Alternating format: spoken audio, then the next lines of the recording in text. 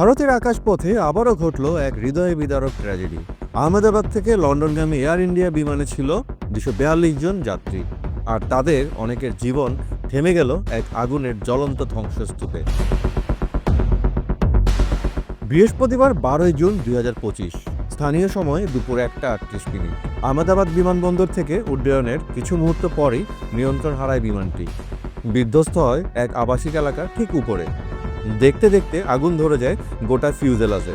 চারপাশে ছড়িয়ে পড়ে ঘন কালো ধোঁয়া আর আতঙ্ক। এই উড়োজাহাজে ছিলেন 232 জন যাত্রী, 10 জন কেবিন ক্রু ও 2 জন পাইলট। বিমানের যাত্রীদের তালিকায় ছিলেন গুজরাটের প্রাক্তন মুখ্যমন্ত্রী বিজয় রূপানীও।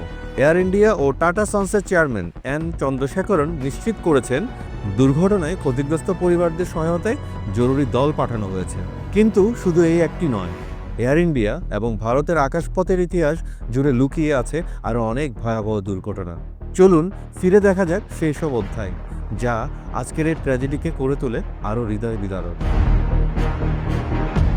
2010 সালের ম্যাঙ্গালোর ট্র্যাজেডি।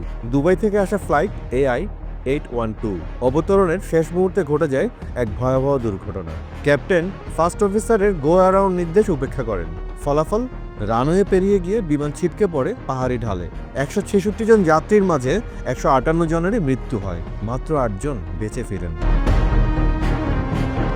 1978 সালে আরব সাগরে বিধ্বস্ত হওয়ার ঘটনা। নতুন বছরের শুরুতেই, অর্থাৎ 1978 সালের 1 জানুয়ারি, ফ্লাইট AI-855 বোম্বে থেকে দুবাই যাচ্ছিল। ফ্লাই করার 1 মিনিটের মধ্যেই বিমানটি আরব সাগরে ভেঙে পড়ে। মারা যান 213 জন যাত্রী ও ক্রু। তদন্তে জানা যায়, যন্ত্র বিকলের কারণে পাইলট দিশেহারা হয়ে পড়েছিলেন। 1996 সালের চরকি দাদরি সংঘর্ষ পৃথিবীর সবচেয়ে মর্মান্তিক এয়ার ক্র্যাশগুলোর একটি।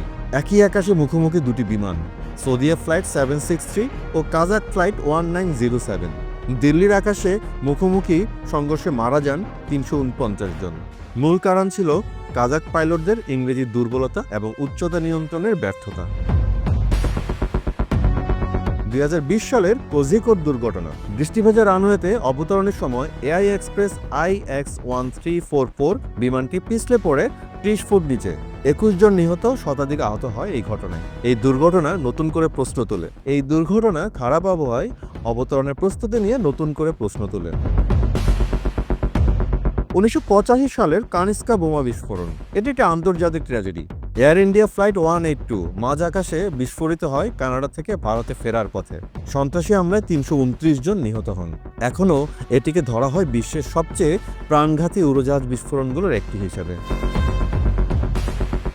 1988 সালের আহমেদাবাদ বিমান দুর্ঘটনা। 1988 সালের 19 অক্টোবর ইন্ডিয়ান এয়ারলাইন্সের ফ্লাইট IC-113 আহমেদাবাদে অবতরণের সময় বিধ্বস্ত হয়। এতে 130 জন নিহত হন, যা শহরটির ইতিহাসে সবচেয়ে বড় দুর্ঘটনা ছিল 12 জুনের আগ পর্যন্ত। বেসামরিক বিমান ছাড়াও ভারতে বহু সামরিক বিমান দুর্ঘটনার সাক্ষী হয়েছে, বিশেষ করে MiG-21 এর ক্ষেত্রে। প্রশিক্ষণ চলাকালীন অথবা যান্ত্রিক ত্রুটির কারণে বহু পাইলটের মৃত্যু হয়েছে। এসব দুর্ঘটনা প্রতিরক্ষা বিমান পরিচালনায় আধুনিকীকরণ ও রক্ষণাবেক্ষণ ইস্যুতে প্রশ্ন তোলে। এই প্রতিটি দুর্ঘটনা এক একটি পরিবার, এক একটি স্বপ্ন, এক একটি জীবনের গল্পকে আর্তনাদে ভরিয়ে তোলে।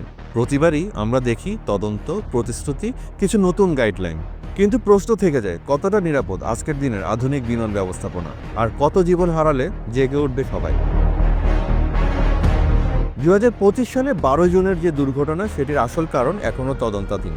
তবে ইতিমধ্যে বিশ্বজুড়ে আলোচনায় উঠে এসেছে বোয়িং 787 ড্রিমলাইনারের নিরাপত্তা নিয়ে প্রশ্ন।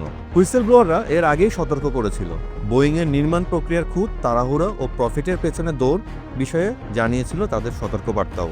আজকের আহমেদাবাদ ট্র্যাজেডি কি সেই ভয়ঙ্কর ভবিষ্যতেরই আগমনী বার্তা? আমরা কি তবে আরেকটি কানিষ্কা বিস্ফোরণ, আরেকটি ম্যাঙ্গালোরো বা আরেকটি দাদরি সংঘর্ষের অপেক্ষায় আছি?